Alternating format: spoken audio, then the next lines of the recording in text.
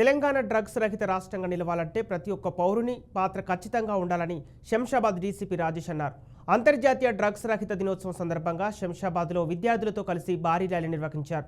పోలీసుల వల్లనే డ్రగ్స్ నిర్మూలన సాధ్యం కాదని, ప్రతి ఒక్క పౌరుడు డ్రగ్స్ నిర్మూలన బాధ్యతలు తీసుకోవాల్సిన అవసరం ఉందని డీసీపీ రాజేష్ అన్నారు. పోలీస్ సందర్భంగా మన శంషాబాద్ జోన్ డివిజన్ తరఫున ఒక పబ్లిక్ అవేర్నెస్ ప్రోగ్రామ్ మన స్టూడెంట్స్ తోటి ర్యాలీ తీయడం జరిగింది. దీంట్లో మంచి స్పందన వచ్చింది. అందరూ కూడా మంచి యాక్టివ్గా పార్టిసిపేట్ చేయడం జరిగింది. ఇది మీరందరికీ తెలుసు, ఈ డ్రగ్స్, సైకోట్రాపిక్ సబ్స్టెన్సెస్, మత్తు పదార్థాల మీద తెలంగాణ పోలీస్ అనేది ఒక జీరో టాలరెన్స్ తోటి ముందుకెళ్తా ఉంది. దీనికోసం మన సపరేట్ వింగ్ పెట్టుకున్నాము. ప్రతి పోలీస్ స్టేషన్లో సపరేట్ టీమ్స్ పెట్టుకున్నాము.